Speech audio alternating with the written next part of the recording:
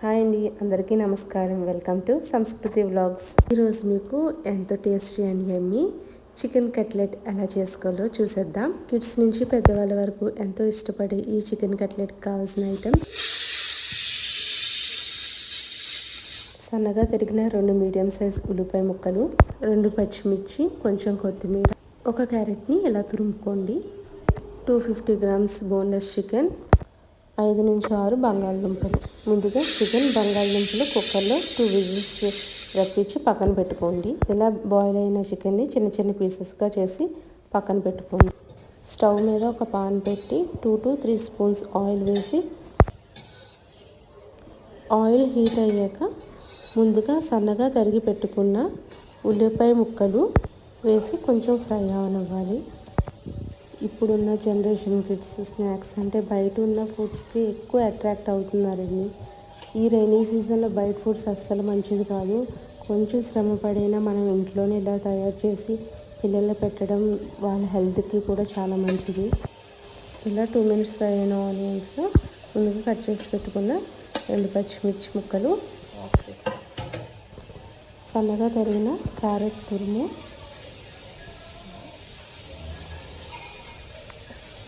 కొంచెం కొత్తిమీర, 1/2 స్పూన్ అల్లం వెల్లుల్లి పేస్ట్ యాడ్ చేసుకుంటున్నాను. ఇలా కలుపుతూ 2 to 3 minutes ఫ్రై అవనివ్వండి. ఈలోపు ముందుగా బాయిల్ చేసి పెట్టుకున్న బంగాళదుంపలు, అలాగే చికెన్ బాయిల్ చేసుకుని చిన్న చిన్న పీసెస్గా చేసుకున్నాం కదా, ఆ రెండింటిని మనం ఈ మిశ్రమంలో కలుపుకోవాలి. చూడండి, ఇలాగా బంగాళదుంపలు అన్నిటిని స్మాష్ చేసి ఈ మిశ్రమంలో వేసేయాలి. ఈ చికెన్, బంగాళదుంప అలాగే ముందుగా మనం చేసుకున్న ఉల్లిపాయ మిశ్రమాన్ని బాగా కలుపుకోవాలి. ఇవన్నీ యాడ్ చేశాక స్టవ్ని బాగా స్లిమ్లో పెట్టేయండి. సన్నని సెగ మీద చేసుకోవాలి. ఇంకా ఇప్పుడు దీనికి రుచికి సరిపడా సాల్ట్ యాడ్ చేసుకుంటున్నాను. 1/2 స్పూన్ సాల్ట్ యాడ్ చేసుకుంటున్నాను. అలాగే చిటికెడు పసుపు యాడ్ చేసుకోండి.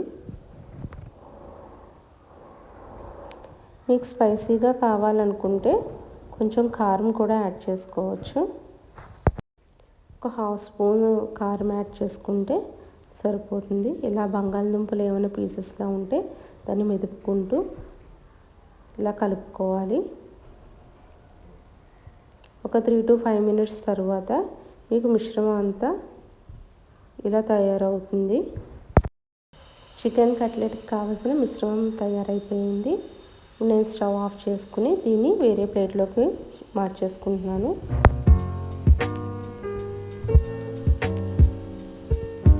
ఇది పూర్తిగా చల్లారనివ్వాలి. ఒక 5 to 10 minutes ఇలా వదిలేస్తే అది కొంచెం కూల్ అవుతుంది. కూల్ అయ్యాక మనం నెక్స్ట్ ప్రాసెస్ స్టార్ట్ చేసేద్దాం. ఫస్ట్ టైం చేసే వాళ్ళకి ఇది కొంచెం లెంతీ ప్రాసెస్లా అనిపిస్తుంది, కానీ ఒక్కసారి చేస్తే సెకండ్ టైం నుంచి చాలా ఈజీగా మీరు చేసేసుకోవచ్చు. ఇలా కాస్త చల్లారాక దీన్ని కొంచెం బాగా మెత్తగా స్మాష్ చేసుకుంటూ ఒక డౌల్ లాగా, చపాతీ ముద్దలాగా చేసుకోవాలి. ఇందులో మైదా కానీ కార్న్ఫ్లోర్ కానీ ఏమీ యూజ్ చేయట్లేదండి. ఇలా ముద్దలా విడిపోకుండా ఉండాలి అంటే మనం పొటాటోస్ని చికెన్ కన్నా 2 times ఎక్కువ తీసుకోవాలి. అప్పుడు మనకి అది విడిపోకుండా వస్తుంది. అలా బాల్స్లా చేసుకుని దానికి ఒక షేప్ ఇచ్చేయండి. ఇలా సర్కిల్గా ఒత్తుకోండి. ఇంకా దీన్ని మీరు ఏ షేప్ అయినా చేసుకోవచ్చు. కిడ్స్ ఉంటే వాళ్ళకి ఇష్టమైన హార్ట్ షేప్స్, ఓవెల్ షేప్స్, ఏ షేప్స్లో అయినా చేసి పెట్టచ్చు. మీకు విరక్కుండా రావాలంటే ఒకటే లేని మెయిన్ టిప్ ఏంటంటే, మీరు తీసుకున్న చికెన్ కన్నా బంగాళదుంపల క్వాంటిటీ ఎక్కువ ఉండాలి. అలా ఉన్నట్లయితే మీకు విరక్కుండా వస్తాయి బాల్స్ అనేవి. మీరు ఏ షేప్ అంటే ఆ షేప్ చేసుకోవచ్చు. చూసారా, ఇలా రిమైనింగ్ అన్ని కట్లెట్స్ కూడా తయారు చేసేసుకోండి.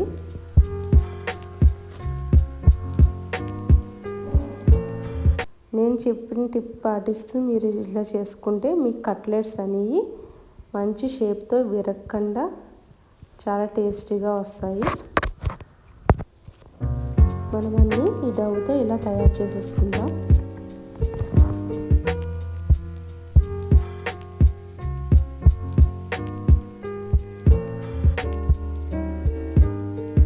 కట్లెట్స్ని రెడీ చేసేసుకుందాం. ఇలా తయారు చేసుకున్న కట్లెట్స్ని ఫ్రై చేసుకునే ముందు ఎగ్లోను అలాగే బ్రెడ్ క్రమ్స్లోను డిప్ చేసుకుని ఫ్రై చేసుకోవాలి. ఇలా అన్ని కట్లెట్స్ని మనం ఫస్ట్ ఎగ్లో డిప్ చేసుకుని తర్వాత బ్రెడ్ క్రమ్స్లో మనం డిప్ చేసుకుని పక్కన పెట్టుకోవాలి. మీరు బ్రెడ్ క్రమ్స్ చేసుకునేటప్పుడు బ్రెడ్ కనుక బాగా సాఫ్ట్గా ఉన్నట్టయితే అది ఫస్ట్ మనం ఒక పెనం మీద అటు ఇటు హీట్ చేసుకుంటే కొంచెం గట్టిపడుతుంది. దాన్ని మిక్సీ పట్టుకుంటే ఇలా మన బ్రెడ్ క్రమ్స్ రెడీ అయిపోతాయి. ఇలా కట్లెట్స్ అన్నిటిని రెడీ చేసేసుకుందాం.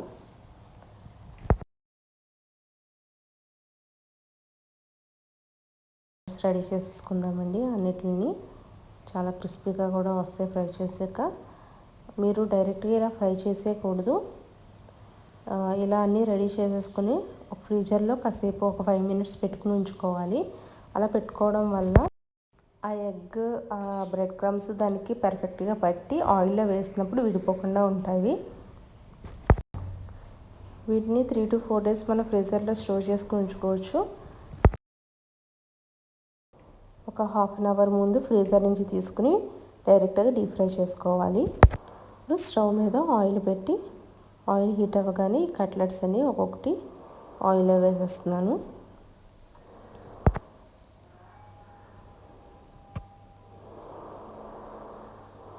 ఇలా కట్లెట్స్ అన్ని రెడీ చేసుకొని వేసేసుకోండి.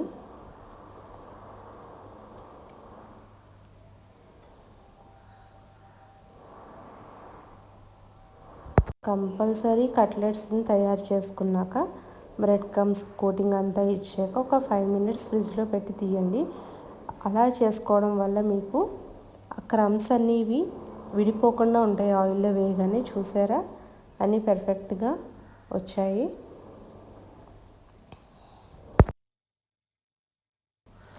వీటిని మీరు ఓవెన్లో కానీ ఎయిర్ ఫ్రైయర్లో కూడా కుక్ చేసుకోవచ్చు.